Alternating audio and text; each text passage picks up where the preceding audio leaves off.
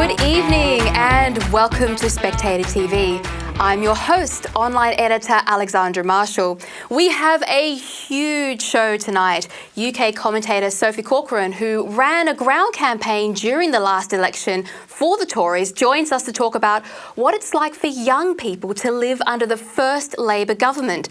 And from Europe, lecturer, commentator, podcaster and GB News regular Ralph Scholhammer weighs in on whether or not the disaster unfolding in Western nations is really the groundswell of a socialist coup. And here's a hint. If you look closely at the refugees' welcome signs, you will see the raised fist symbols of the branding for the socialist organisations. Have you ever wondered why these spontaneous crowds all end up holding the same professionally printed banners and signs? And Spectator Australia favourite Michael de Percy joins us to discuss that chat between Elon Musk and former President Donald Trump, which has sent the left into a meltdown, particularly The Guardian.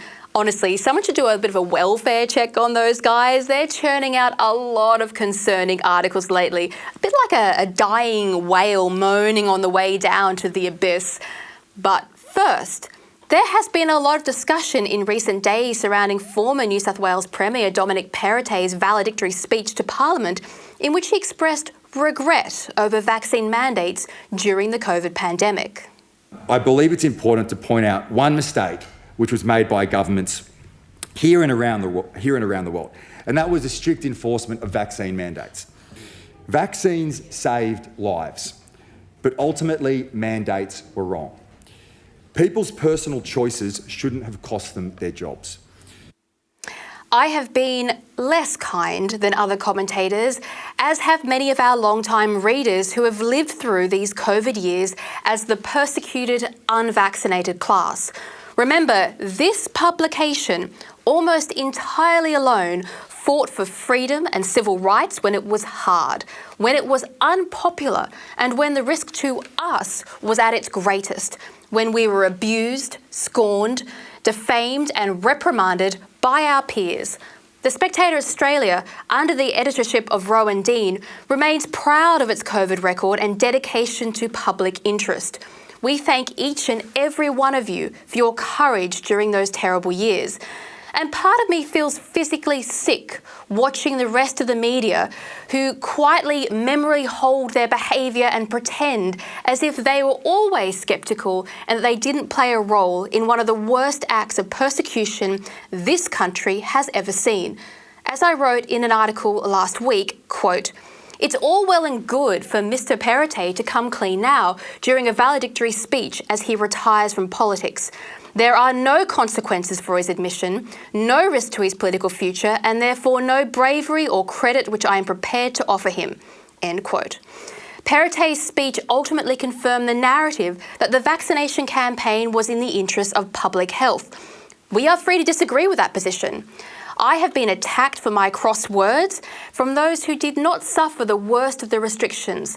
I'd like to point out that we have held our peace these past few years, those of us who refused to comply or through coercion found ourselves complying against our better judgment.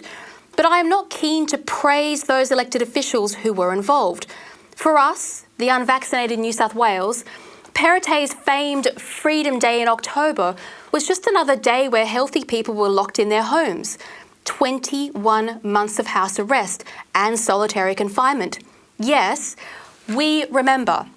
We remember that line being pushed out again and again and again, a carrot dragging in the dirt with a stick of QR codes, rat tests and vaccine passports waiting as a raised fist behind us.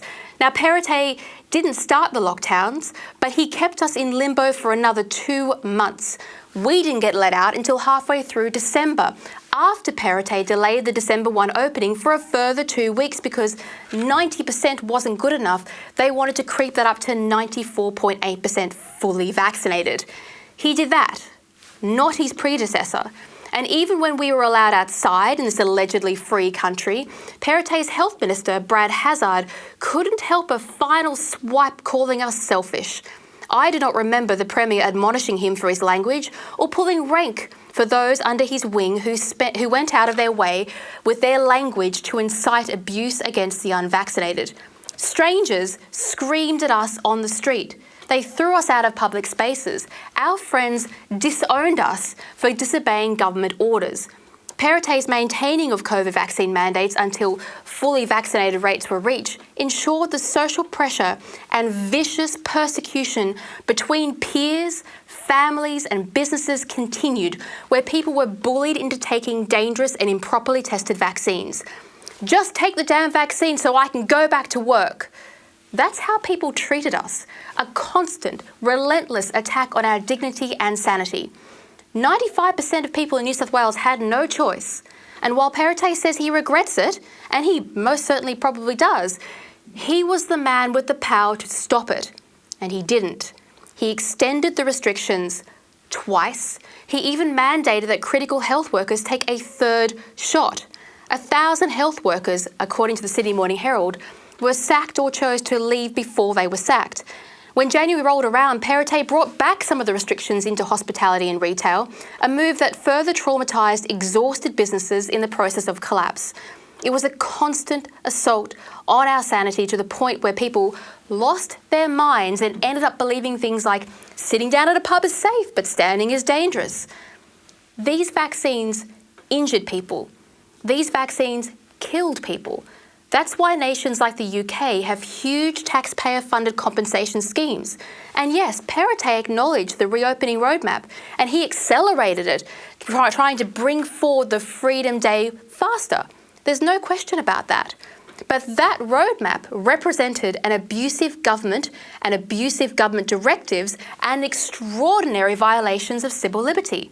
So sorry, Perrottet, if I do not congratulate you on your regret or praise you for being the highest of the low bars in Australian politics. I was still your prisoner, as were many people in this state.